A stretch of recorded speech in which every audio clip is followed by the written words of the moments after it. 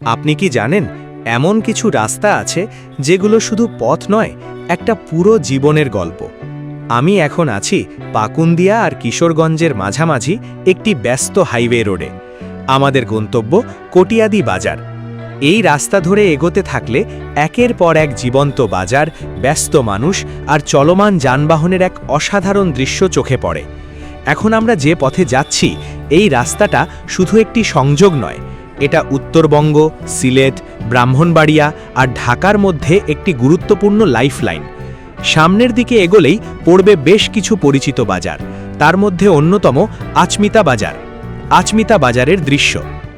এই বাজারটি হাইওয়ের পাশেই গড়ে উঠেছে, যেখানে একদিকে দ্রুতগতির গাড়ি ছুটে চলছে, অন্যদিকে চলছে মানুষের নিত্যদিনের জীবনযুদ্ধ। দোকানপাটে ভরা এই বাজারে আছে সবকিছু: চায়ের দোকান, খাবারের হোটেল, মুদিখানা, কৃষিপণ্য আর স্থানীয় ব্যবসার প্রাণ চাঞ্চল্য।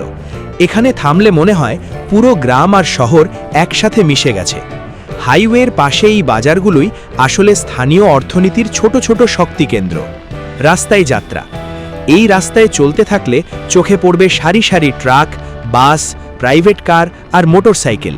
সবাই ছুটছে, কেউ ঢাকার দিকে, কেউ সিলেটের দিকে, কেউ আবার স্থানীয় বাজারের দিকে। এই হাইওয়ে যেন মানুষের চলার এক অবিরাম স্রোত।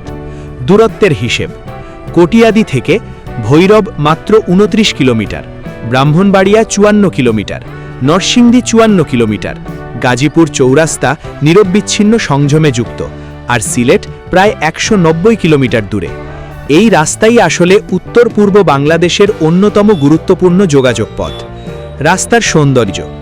এই হাইওয়ের আরেকটি বিশেষ দিক হল এর দুই পাশের গ্রামীণ সৌন্দর্য। কখনো ধানক্ষেত, কখনো সবুজ গাছপালা, আবার কখনো ছোট ছোট গ্রাম, সব মিলিয়ে এক সিনেম্যাটিক ভিউ তৈরি হয়।